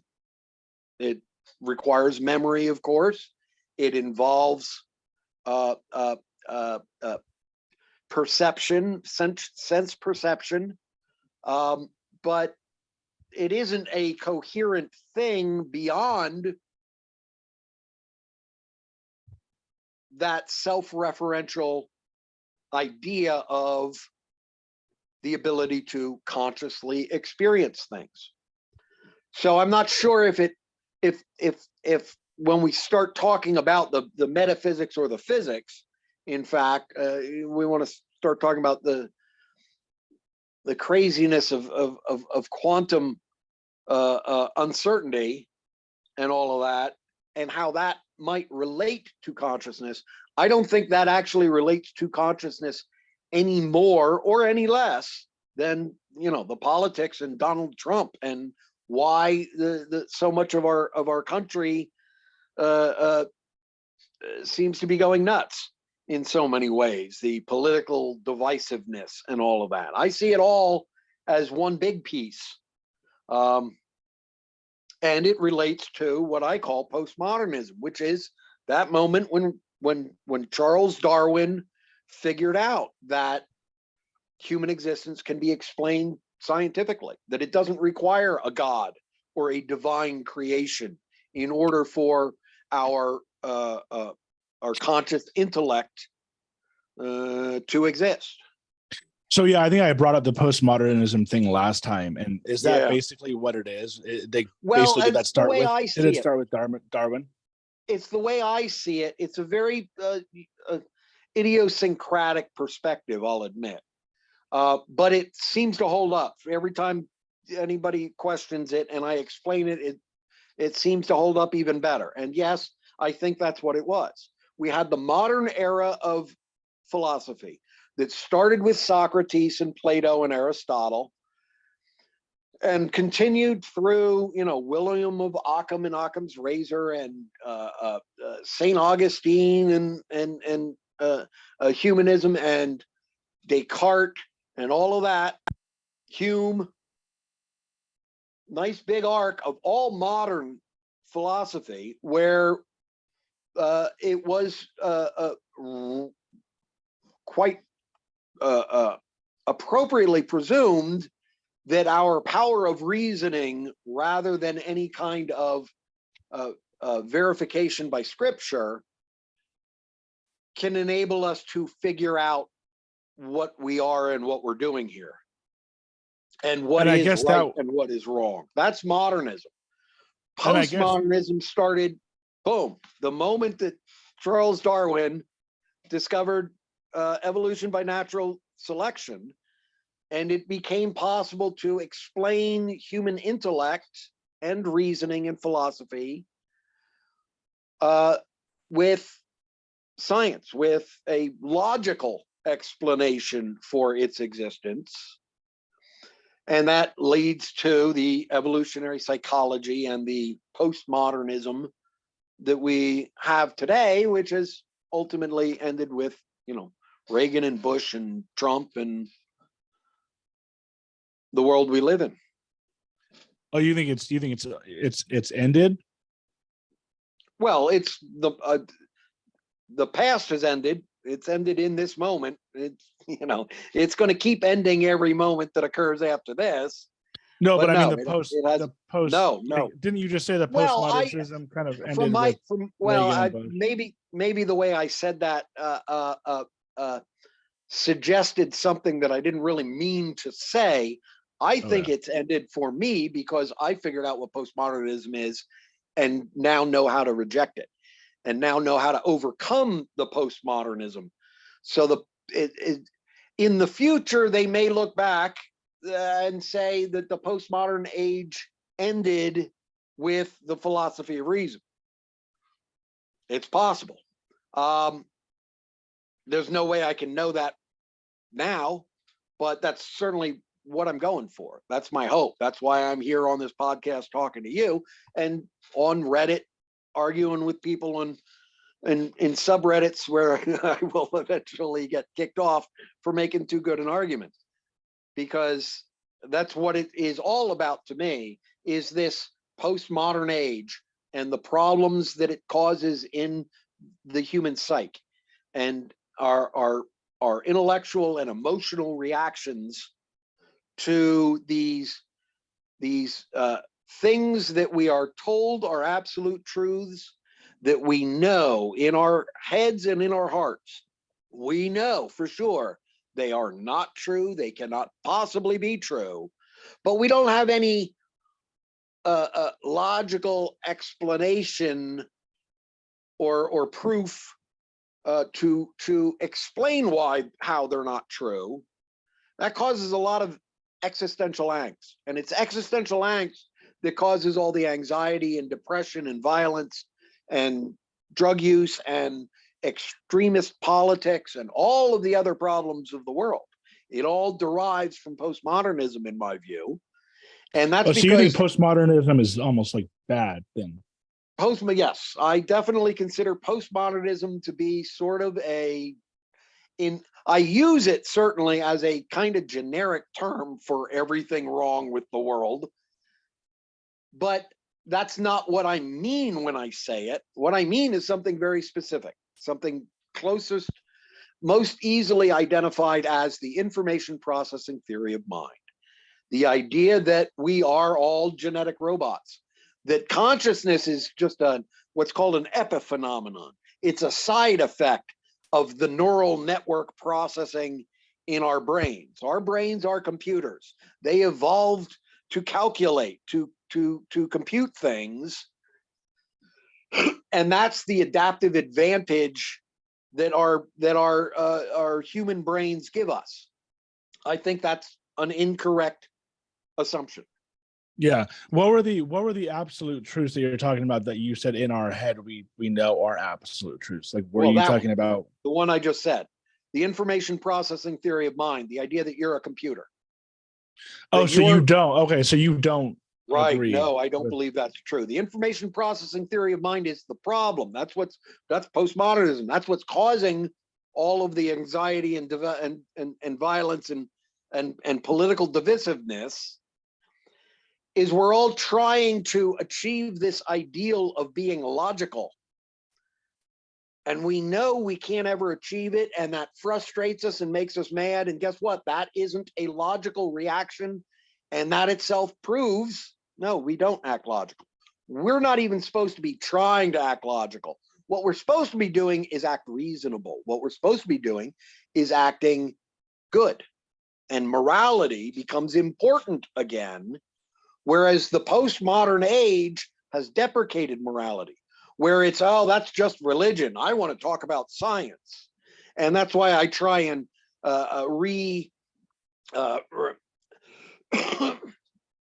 revise that approach and say, well, that's all science is, or all religion is what we called science before it was science. And that's all science is religion in your own absolute knowledge and logic. And that's an absence of diversity. That's you assuming you know what the future is, and so you know which things we need to keep. And I say, no, you don't know the future. We need to keep everything. We need diversity. And that includes diversity of thought, and that includes different people believing different religions, everybody recognizing that science is not the absolute arbiter of truth. It's just a handy mechanism for developing theories that can be quantifiably applied. And if you can't quantifiably apply it, don't call it science, because it's not. So that gets back to the New Church of Hope philosophy of reason, religion aspects of it, and obviously far away from the metaphysical consciousness bit that we said we wanted to go towards. Unfortunately, I have to wrap things up as my girlfriend got home. We're gonna go That's eat. okay. But that's okay. If you ever, honestly, I feel like there's so much that we could go over because there's so many. You have a lot to say, and there's so many questions that I could ask for each thing that it's hard for me to cover everything. Even if you want to go over politics or whatever again. And most of the time, I'll talk about what you asked about. I won't necessarily be good at it, but I'll give it my best shot. I'm happy to be here, and I appreciate the opportunity. I feel like you are good at it, and so we'll talk about it off the podcast. But lastly, I'll just ask you, who are some, if I want to get more into consciousness, more into all this stuff that we're talking about, evolutionary psychology, evolutionary biology. One question I want to ask you about was, do you know who Brett Weinstein is, or Eric Weinstein or Brett Weinstein? They're kind of like Joe Rogan type people. You know Joe Rogan, right? Yeah, I know who Joe Rogan is. Yeah. So do you watch any of his podcasts? No. Okay. I don't really watch podcasts though, so that's not really okay. It's on YouTube. Yeah. So anything, I mean, in my opinion, even though you might not like Joe Rogan, there are people who go on his podcast that you might be interested in. But anyways, I was going to ask you, who are some people that I should listen to? You just said you don't listen to podcasts. Well, but I wouldn't be able to tell you in that realm, like who's YouTube videos kind of thing to look at. But I remember you asked about this at the beginning of the podcast today, and I got stuck with Dawkins because I wanted to talk about the selfish gene. But I was going to make it a triumvirate. I was going to say, well, Dawkins is where I started, because that's like I said, when I was young, I read that book and it had a profound impact on me. But basically, you just got to go Dennett and Chalmers. You got Dennett, who talks about the mechanistic scientific approach of Cartesian theater, he calls it, and all that. And consciousness is an illusion. Supposedly based on the reality of physics. And then you've got Chalmers, who's the guy who developed the idea of p-zombies and the hard problem of consciousness, who is supposedly a non-physicalist. He is an idealist. He says science will never be able to explain what consciousness is, because consciousness is the ability to experience things personally, and science can't experience things personally. It's an abstract, artificial, external mechanism of discovery. So you gotta look at both of those. You gotta go back and forth with them and weigh them.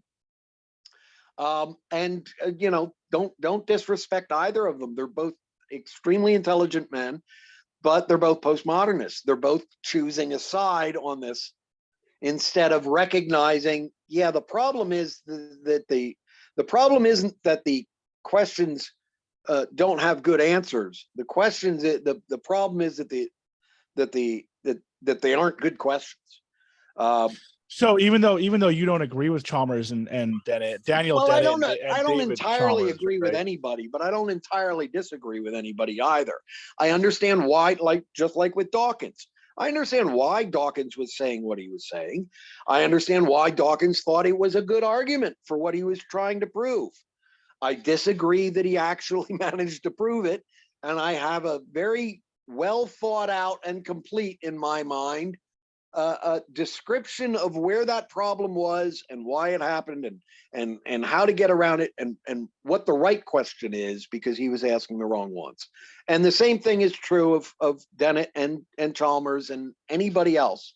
And then Dennett, sorry, no, go ahead. Dennett, isn't Dennett like the he believes that everything is conscious? Dennett's no, that's the I don't believe so. No, Who am I definitely thinking not. of that Dennett is believes a physicalist.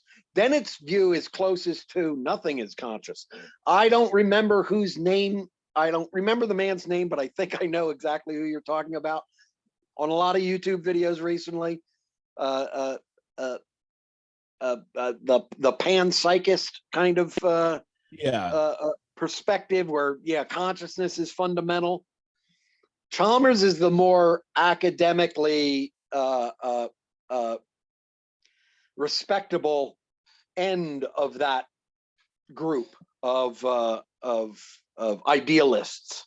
But he's not technically a panpsychist, right? Because idealism is different. Chalmers certainly isn't. No. Yeah, but panpsychism is different than idealism. Idealism is that we're living in consciousness. Panpsychism is that everything is panpsychism, depending on who you talk to and which definitions you look at, panpsychism is a subgroup of idealism. It is a kind of idealism. Not all idealism is panpsychism. And there is some panpsychism that would insist it is not idealism, but it is, because it's not physicalism. Idealism basically just means anything but physicalism. The problem is most people who are physicalists want it to be so rigorously absolute kind of physicalism that they end up being completely religious in their scientification, I call it. Scientification is when you treat science as if it were a religion, and scientists as if they were high priests, and equations as if they were holy scripture. Yeah, and I just recently and physicalism, is that the same as materialism?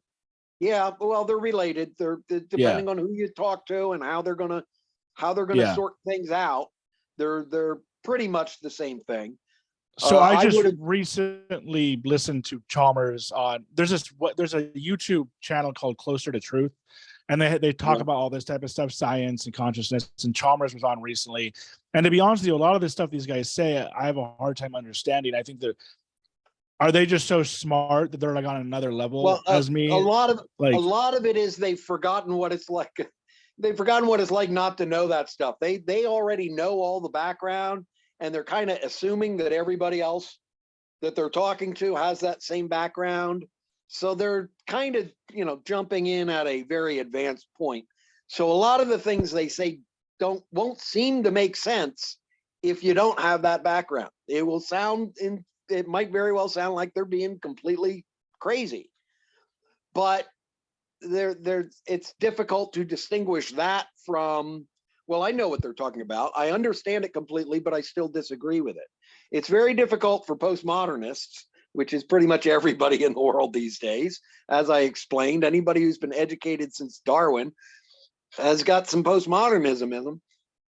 It's very difficult for postmodernists to understand something that they don't agree with, because a lot of the techniques of the intellectual approach of postmodernism is disabling disagreeable truths and finding excuses for not understanding something unless you agree with it.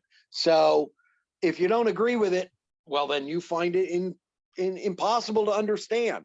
And if you wish to disagree with it, all you have to do is find it impossible to understand. I go the other way because I'm not postmodernist, because I've rejected that approach. And I have found that I'm very capable of understanding things and still disagreeing with them. And other people seem to have a lot more trouble doing that.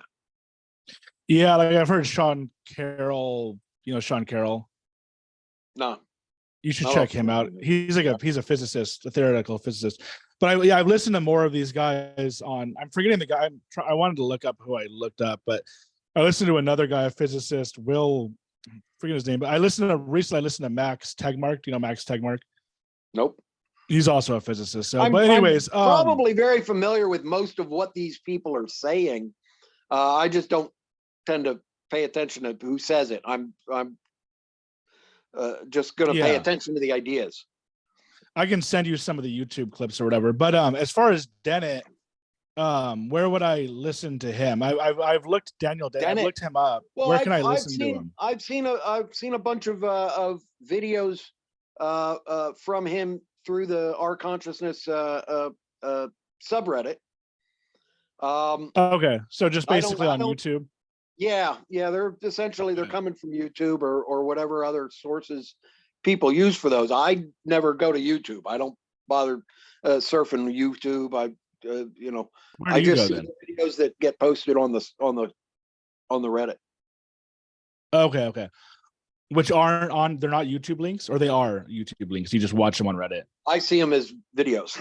Okay. They post them as links, but they show up to me as videos. I don't even necessarily know whether they're YouTube links, or they might be other videos. They might. Lastly, to go over I think you already explained why, but I'm kind of already forgetting what was your explanation for why Dawkins was wrong, if you can summarize it. Well, just to summarize it, because in order to be altruism, that thing we're trying to call altruism has to be selfless. It has to not benefit the person who's doing it as much as it benefits someone else. And that kind of thing simply cannot genetically evolve according to the rules of natural selection. Now, most people will say, the most of the pushback I get when I say this is simply people who assume that trait already exists within an entire population. Kind of the way you did when I said, when you said, at some time we must have just gotten together and all said, well, if we all act nice to one another, it will be better for us. But that requires everybody in that group, in that population, to already have that gene for being nice. If it's in fact a gene. You weren't talking about it being a gene, you were talking about it being an intellectual choice. But that's the whole debate of consciousness, is which side is it on? Is emotions a result of consciousness or a cause of consciousness? Is morality a result of consciousness or a cause of consciousness? And is, emotion a result of morality or a cause of morality? And how all these things connect together, that's the big question that we're asking. Okay, and lastly, I wanted to ask you this before, but I didn't get the chance to. But everything in terms of Darwinism or evolutionary theory is basically based on these genes, and nothing works outside of these genes, right? So, like, even if I change in my lifetime, let's just say I was born with certain genes, but I became like a welder or something. That doesn't necessarily mean that that welding that I've learned will pass on to my kids unless I teach them. Exactly. Yeah. So everything in evolution has to be based on genes, which basically means it has to be based on the weaker are essentially killed off, and then the stronger aren't. And so the stronger that's just it. The definition of what weaker means is whatever ends up getting killed off. It's not, it's we think of survival as the fittest as something other than, the definition of fit is whoever survives. There isn't any value judgment going on in evolution. It is simply, all the animals reproduce as much as they can, and you end up after a few generations with more of one kind of animal than the other. And there's no morality to it. And then there's mutations, right? Mutation is any change in a gene. The whole idea of evolution is that mutations are flaws in the replication of gene. When you reproduce, all of your genes get copied. Well, some of those copies are wrong. They're copied badly. And it ends up being a different version of that gene, a different allele, a different gene, if you will. Sometimes that actually ends up being a good thing because that wrong version ends up creating a protein that has a beneficial effect. No way to know in advance. And there's no way to change it once it happens. And so, yeah. And lastly, do you think that we're missing anything there's in evolution that like has happened that we just don't know about in terms of it not being the genes, outside of the genes? In a way. In terms of it being out. Well, it doesn't matter if it's the genes or anything else. It would still be subject to natural selection. It's just all we have found so far. There are things called epigenetics, which is stuff about the genes. It's actually which hydrogen, where hydrogen atoms happen to cling to on your DNA strands, that actually has an effect on your children and how they grow and develop and how their children's children grow and develop. That isn't technically part of the genes. It's epigenetic. It's outside of the genes, but it's still essentially what we're talking about when we talk about genetic information. It's just not the obvious, easy parts of the genes. So, all right, sounds good. Unfortunately, I have to wrap things up because I have to go eat. No but problem. I'll hit you up on Reddit and we'll do another one. Yeah, you do that. All right. Thanks for your time. I hope it helps. No problem. Bye.